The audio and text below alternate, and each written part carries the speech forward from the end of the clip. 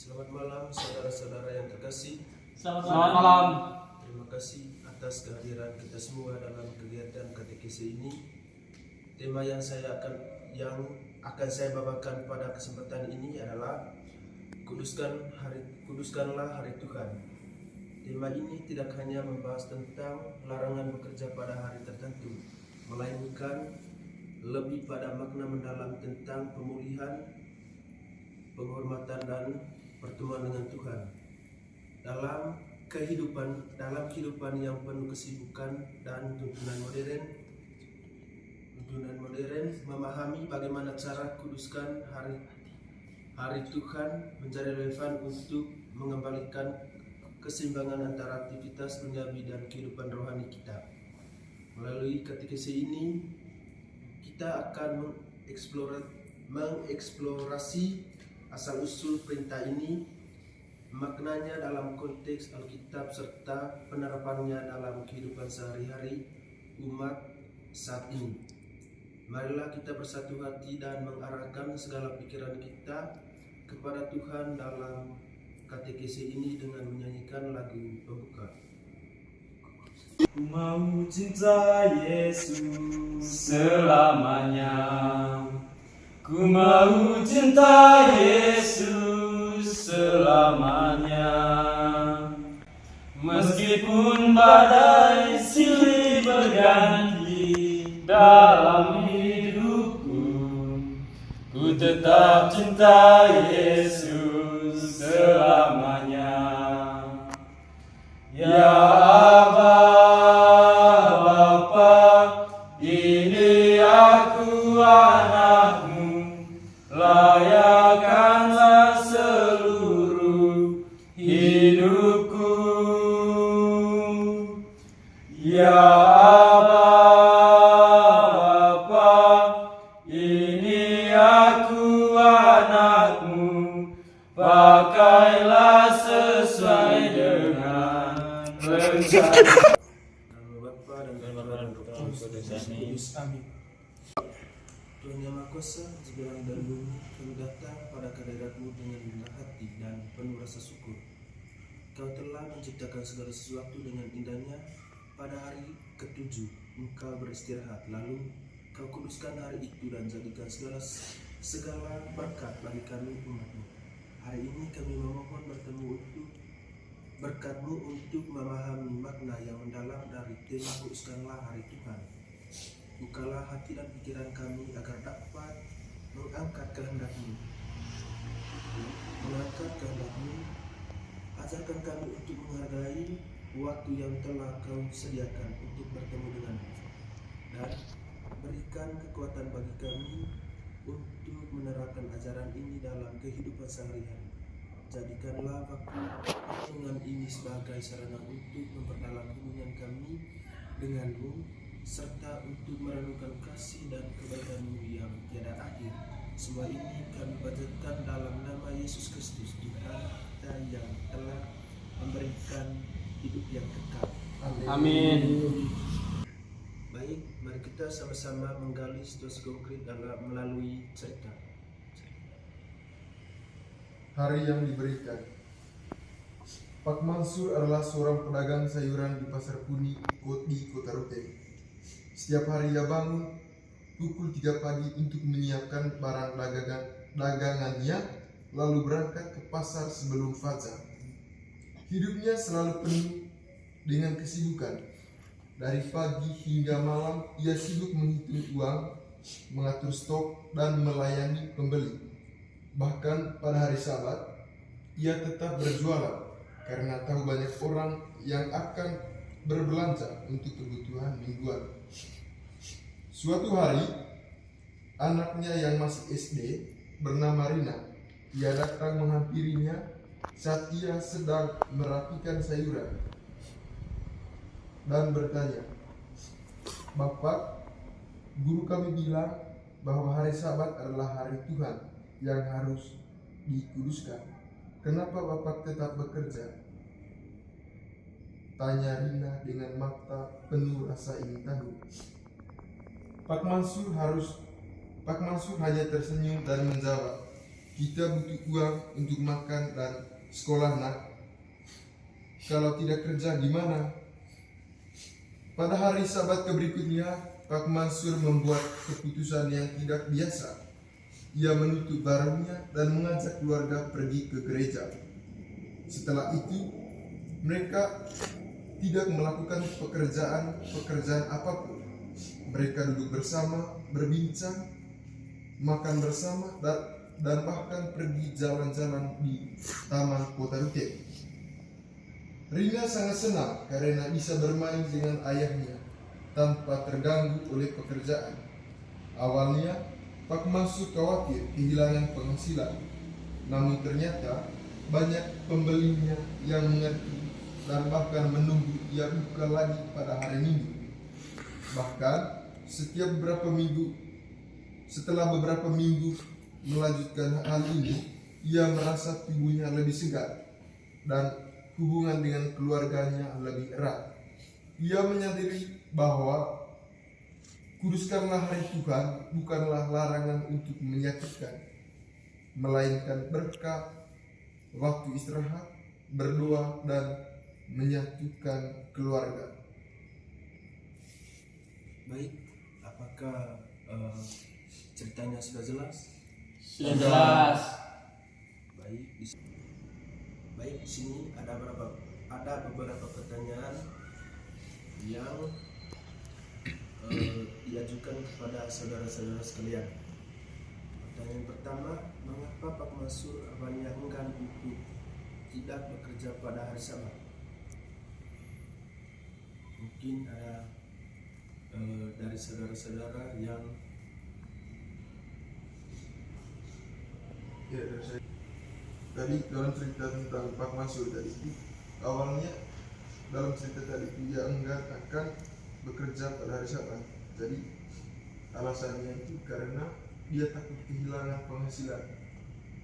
Dan dalam cerita tadi itu di mana pada hari Sabat itu banyak sekali pembelinya, dan banyak itu sih. Mungkin ada lagi. Kasih dari saya. Coba ulang pertanyaan tadi, mungkin bisa diulang. mengapa Pak Mansur awalnya enggan untuk tidak bekerja pada hari Sabat? Oke, berdasarkan cerita tadi, saya kira alasan yang membuat Pak Mansur itu tetap bekerja pada hari Minggu itu atau hari Sabat itu ada kekhawatiran dalam dirinya. Dia tidak bisa memenuhi kebutuhan ekonominya. Kalau pada hari Minggu ya beristirahat, maka pemasukannya pada hari itu tidak ada, sehingga ada kekhawatiran dalam dirinya apakah hari esoknya dia tetap memiliki cukup uang untuk melanjutkan atau membeli dia punya kebutuhan lain. Saya kira itu alasan dia tetap bekerja pada hari Minggu. Terima kasih saudara Riki yang telah memberikan jawaban dari pertanyaan ini. Untuk pertanyaan kedua, apa perubahan yang dialami Pak Mansur dan keluarganya setelah kuduskan hari Sabat? Dari saya, terima kasih atas kesempatannya. Berdasarkan cerita yang kita dengar bersama tadi, yang dimana yang awalnya Pak Mansur ini bekerja full selama 7 hari, tetapi setelah anak itu memberikan arahan atau peringatan kepada anak itu bahwa bekerja pada hari Sabat itu tidak baik. Nah, di sini dia mulai sadar dan pada hari Sabat dia di sini beristirahat dan pergi misa dengan bersama keluarganya. Nah, dan setelah dia mengikuti misa, ternyata ada perubahan dalam dirinya itu, dimana tadi tubuhnya menjadi lebih segar karena dia ada waktu istirahatnya, tidak lagi seperti sebelumnya untuk bekerja. Terima kasih. Mungkin ada lagi? Oke, dari saya, Pak Denas. Pertanyaan, saya rasa pertanyaan pertama dan kedua itu sama. Jadi jawabannya kurang lebih apa yang dikatakan oleh teman saya Yohan. Pada intinya jawabannya itu ada perubahan yang sangat signifikan kepada keluarga mereka, apalagi dicurahkan melalui anaknya itu sendiri tadi. Tadi kalau sebelumnya tadi Pak Mansur tadi dia bekerja sehingga melupakan Tuhan, dia melupakan keluarga juga. Dalam hal ini juga dia senantiasa selalu bekerja pada hari Sabat. Dan di sini tentu memiliki cerita sangat menarik bagaimana anaknya itu memberikan arahan supaya lebih mengutamakan ketika pada hari Sabat untuk pergi ke gereja, kita bersama-sama berdoa, merenungi, dan juga menerima tubuh dan darah Kristus, itulah yang paling penting. Dan setelah anaknya itu memberikan arahan, ternyata dia punya bapak juga mengikuti apa yang dikatakan oleh anaknya. Dan mujizatnya itu terjadi, bapaknya itu mengalami sebuah rasa yang sangat bahagia, sangat lega sekali ketika mengikuti hari Sabat itu sendiri. Jadi itu saja pesannya. Baik, terima kasih Saudara Fri. Untuk pertanyaan yang ketiga, apa makna penting yang dapat dipetik dari pengalaman Pak Mansur terkait tema kuruskanlah Tuhan? Ya. Mungkin ada pengalaman dari saudara-saudara yang mirip dengan pertanyaan ini. Dari saya,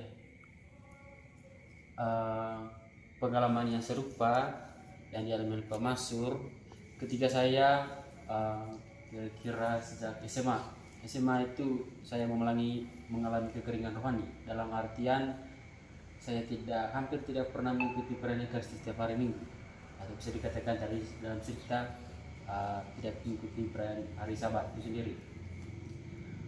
Di suatu hari saya memiliki kerabat dari Kempo, yaitu dari Kempo Kandang, dan kami juga sama-sama itu tidak rasa ingin pergi ke gereja dan pergi doa-doa yang berkaitan dengan kekatolikan itu sendiri.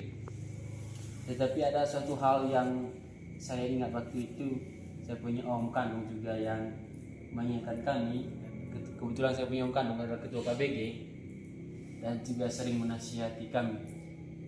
Apalagi kami waktu itu di KBG kami hanya berapa orang saja, kami punya anak-anak muda. Dan di KBG kami dikhususkan setiap bulan Maria dan Rosario, kami anak-anak muda yang memimpin doa. Tidak boleh orang tua. Dan suatu hal yang paling menarik juga di situ, kami merasa ada hal aneh di dalam hati kami. Perubahannya itu sangat cepat sekali. Apalagi kategori kami adalah kategori pemalas. Kami kategori pemalas dulu. Level? Ya level paling 1 lah. Pemalasnya level 1. Belum level 2, masih 1. Level 1. Itu tadi. Tetapi puji Tuhan, ketika kami pada itu bulan Rosario, kami mengikuti doa Rosario itu sendiri, kami mengalami perubahan itu terjadi. Perayaan Ekaristi kami ikut, dan berbagai kegiatan-kegiatan UMK terus di stasi kami punya, di stasi Amba. Dan sampai hari ini, walaupun masih di asrama kadang, tetapi hari Minggu kami baca, karena itu merupakan panggilan kita bagaimana hubungan kita dengan Tuhan. Dan itu bukan sebuah normatif yang datang dari dunia, tetapi sebuah aturan dan juga hari kekhususan bagi kita dengan Tuhan itu sendiri. Itu saja dari saya. Baik, terima kasih Saudara Fri. Mungkin ada lagi pengalaman dari saudara-saudara yang mirip dengan cerita ini. Oke, dari saya, pada saat hari Minggu banyak orang yang pergi ke gereja. Kami 3 orang dengan saya punya kakak di keluarga itu tidak mau merencanakan pergi gereja, namun rencananya mau petik kelapa. Lalu pada saat kan kami punya rumah dekat dengan gereja, pada saat doa pembuka, saya punya kakak ini dia yang pergi petik ini kelapa. Panjang maksudnya. Iya kan, pada saat itu ya sebelum kami memetik kelapa kami buat undi. Kan jumlahnya tadi kan 3 orang. Jadi yang dapat undi yang dapat undi untuk panjat kelapa itu siapa punya kakak. Nah, pada saat dia panjat sampai di tengah pohon kelapa itu dia kan tidak lihat ke atas. Jadi ada satu toke itu kan teke. Dia menginjak di atas kepalanya saya punya kakak. Dan pada waktu itu untungnya kan tidak sampai pohon kelapa itu kan tidak tinggi sekali itu. Saya punya kakak kan lepas tangan. Terus habis itu kami kan saking paniknya itu takut sama mama, akhirnya kami langsung bawa saya punya kakak itu ke orang yang bisa urut. Oh, saya kira tadi ke gereja. Nah, pada waktu itu banyak tetangga yang begini tuh. Pada saat urut mereka tanya begini, kenapa tadi? Dan kami sadari waktu itu bahwa kami alami situasi seperti itu karena kami tidak pergi doa. Saya kira itu saudara saya. Terima kasih kepada saudara Bagus. Berkaitan dengan 3 pertanyaan ini, saya menegaskan saudara-saudara dari cerita di atas, yaitu hari yang diberikan, kita pelajari nilai-nilai bisa datang dari siapapun, seperti pertanyaan Rina yang mengubah pola hidup Pak Mansur. Istirahat sesuai dengan ajaran bukan kerugian, melainkan investasi. Terbukti dukungan pembeli dan kesejahteraan yang disarankan. Keberkahan tidak selalu bersifat materi, karena kuduskan hari Tuhan membawa kedekatan keluarga dengan ketenangan hati yang berharga. Baik, mari kita sama-sama menimba inspirasi dari kitab suci, yaitu Ulangan bab 5 ayat 16 sampai 15. Bacaan dari kitab Ulangan. Pelihara dan kuduskanlah hari Sabat, seperti yang diperintahkan kepadamu oleh Tuhan Allah. 6 hari lamanya engkau akan bekerja dan melakukan segala pekerjaan. Tetapi hari ke-7 adalah hari Sabat bagi Tuhan Allah.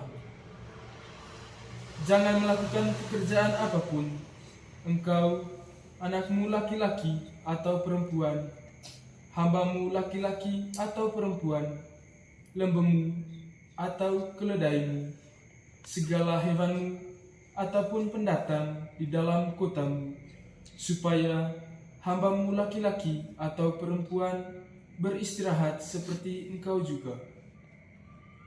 Haruslah kau ingat bahwa engkau pun dahulu budak di tanah Mesir, dan engkau dibawa keluar dari sana oleh Tuhan Allahmu dengan tangan yang kuat dan lengan tercangkuk. Itulah sebabnya Tuhan Allahmu memerintahkan engkau merayakan hari Sabat. Demikianlah sabda Tuhan. Syukur kepada Baik, apakah bacaannya sudah jelas? sudah. Baik, di sini saya sudah menyiapkan beberapa pertanyaan. Yang pertama, apa perintah utama yang disiapkan dalam ayat ini? Mungkin dari saudara-saudara ada. Dari saya, terima kasih atas kesempatannya. Kalau kita dengarkan bacaan tadi maupun cerita yang saya dengarkan dari awal, di sini ingin menegaskan bahwa pada hari Sabat itu hari untuk beristirahat. Artinya segala sesuatu pekerjaan yang bersifat duniawi kita akan melepaskan. Pada hari Sabat ini kita diajak untuk menyerahkan diri sepenuhnya kepada Tuhan. Sudah. Baik, terima kasih dari saudara Yohan. Mungkin ada lagi dari saudara-saudara. Sudah. Oke, terima kasih. Pertanyaan kedua, Siapa saja yang termasuk dalam larangan melakukan pekerjaan pada hari Sabat? Dari saudara-saudara yang Ulang pertanyaannya Mas. siapa saja yang termasuk dalam larangan melakukan pekerjaan pada hari Sabat? Bangsa Yahudi, umat Yahudi. Dari saya untuk melengkapi tidak mengurangi jawaban dari Pak Afri tadi. Jadi siapa saja yang termasuk larangan, jadi larangan tersebut itu untuk semua orang yang percaya kepada yang Kristus. percaya kepada Kristus, oke, baik laki-laki maupun perempuan ataupun ciptaan Allah yang lainnya, tumbuhan, hewan. Pokoknya larangan itu berlaku untuk semua. Karena Allah sendiri tadi itu dalam teks yang tadi itu beristirahat pada hari yang ketujuh. Dia saja yang sebagai pencipta itu beristirahat, apalagi kita, maka kita harus menghormatinya atau menguruskannya. Saya kira. Baik, terima kasih saudara Bagus. Mungkin ada lagi? Atau kita lanjut pada pertanyaan ketiga. Apa tujuan dari perintah merayakan hari Sabat khususnya bagi hamba-hamba?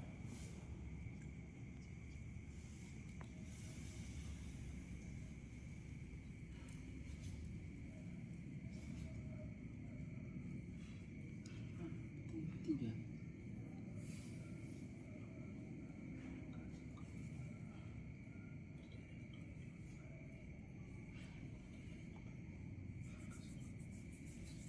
Oke, dari saya, jadi untuk melanjut, saya kira pertanyaan nomor 3 itu lanjutan atas pertanyaan nomor 2. Jadi seperti yang saya jelaskan tadi itu, jadi yang berbunyi tadi itu Tuhan saja beristirahat, yang sebagai pencipta beristirahat pada hari ketujuh. Jadi tujuannya itu yaitu agar hambanya laki-laki atau perempuan itu beristirahat sama seperti tuannya, dalam arti Allah yang menciptakan langit dan bumi serta isinya. Oke, saya kira itu. Terima kasih kepada saudara Bagus. Mungkin ada lagi dari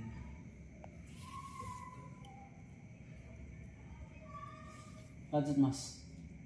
Oke, kita lanjut pada pertanyaan yang keempat. Alasan historis apa yang diberikan Tuhan untuk perintah merayakan hari Sabat?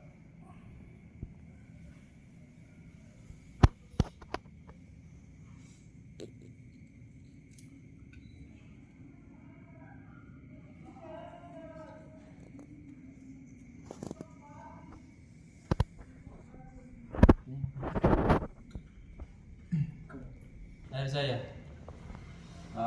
kalau dari saya, alasan historisnya yaitu dilatar belakangi bagaimana pada waktu itu bangsa Israel mereka dijadikan budak oleh bangsa Mesir, dan pada waktu itu Tuhan membebaskan mereka dengan suatu perjanjian, dan kemudian mereka juga ikut merayakan apa yang dikatakan Tuhan, atau perjanjian-perjanjian dengan Tuhan harus ditepati oleh bangsa Israel.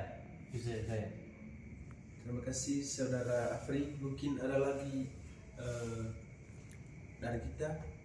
Oke, saya terima kasih atas kesempatannya. Kalau dari saya, kenapa alasan historis merayakan hari Sabat itu karena itu memang kebangkitan Yesus Kristus, di mana dalam keempat Injil sudah dijelaskan, itu dalam Injil. Di situ sudah tertera bahwa dimana Yesus itu pada hari Jumat, Pada hari ketiga. pada hari tetapi tempatnya itu pada hari pertama dalam pekan. Dan mungkin itu alasan utamanya kenapa kita merayakan hari Sabat. Sedikit penegasan dari saya. Pada intinya Kitab Ulangan bab 5 ayat 12 sampai 15 menempatkan hari Sabat sebagai hari istimewa, wajib bagi semua manusia ataupun hewan, mengingat pembalasan Israel dari perbudakan. Ini adalah perintah keadilan sosial berlandaskan empati historis. Untuk kira-kira tabaran aksi konkret dari teman-teman sesuai dengan tema ini seperti apa?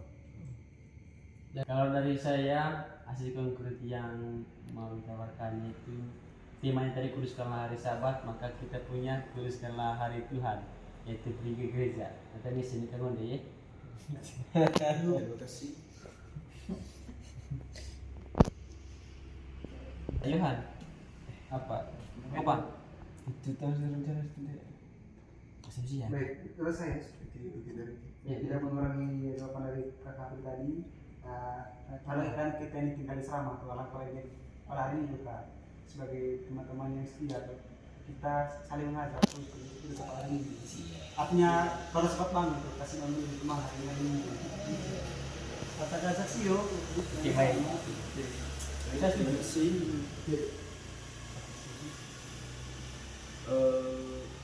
Terima kasih kepada saudara Yohan dan saudara Pri. Apakah sudah setuju tawaran aksi konkret dari teman-teman tadi? Setuju. Baik, setuju Berarti bisa terus soalnya nih. Siap. Baik, saya meminta kepada satu orang untuk mengajukan doa permohonan. Marilah kita siapkan untuk berdoa. Allah Bapa yang baik, terima kasih Engkau telah meneguhkan kami melalui sabda-Mu dalam katekisi kali ini. Semoga kami menjadi anak muda yang selalu menghormati hari-hari yang ditentukan untuk menghormati-Mu. Marilah kita memohon. Kabulkanlah doa kami ya Tuhan.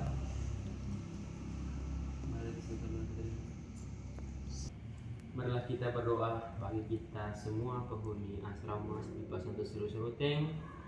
Bapa dalam surga, kami mohon kepada-Mu sedikit Engkau senantiasa memberikan rahmat-Mu kepada kami, agar kami dapat mengikuti apa yang Kau ajarkan kepada kami. Secara sesuai dengan tema ini, kami mampu meneladani kasih-Mu dan mampu menghidupi ajaran kasih-Mu di dalam kehidupan kami bersama. Dan secara khusus kami bisa melaksanakan dan mengikuti doa bersama dan ikuti ibadah dan perayaan gereja bersama di dalam komunitas kami, supaya kami mampu merantaskan apa yang Kau ajarkan kepada kami semua. Marilah kita mohon. Kabulkanlah doa kami ya Tuhan. Bapa kami Ya di surga, dimuliakanlah nama-Mu, datanglah kerajaan-Mu, jadilah kehendak-Mu di atas bumi seperti di dalam surga. Berilah kami rezeki pada hari ini, dan ampunilah kesalahan kami, seperti kami pun mengampuni yang bersalah pada kami. Dan janganlah masukkan kami dalam pencobaan, tetapi bebaskanlah kami dari yang jahat. Amin. Allah Bapa Maha Pengasih, terima kasih atas penyertaan-Mu dalam proses katekesi yang telah kami langsungkan pada malam hari ini. Terangilah kami semua dengan Roh Kudus-Mu, agar kami mampu mengambil bagian dalam kehidupan kami di tengah masyarakat dan gereja-Mu. Semoga dengan pengalaman ini kami semakin mampu mengimani Engkau. Semoga terang sabda-Mu kami selalu mampu untuk semakin setia dan tidak membangun persekutuan. Demi Kristus Tuhan dan pengantara kami. Amin. Siapkan aku di hadapan-Mu Tuhan, Kau curahkan cinta-Mu. Apakah artiku bagimu? Cinta-Mu setia selalu. Pantaskah ku menyambut tubuh darah-Mu, karena banyak dosaku. Sering ku ingkari cinta-Mu, dalam langkah hidupku. Ampunilah aku, ampuni kelemahanku,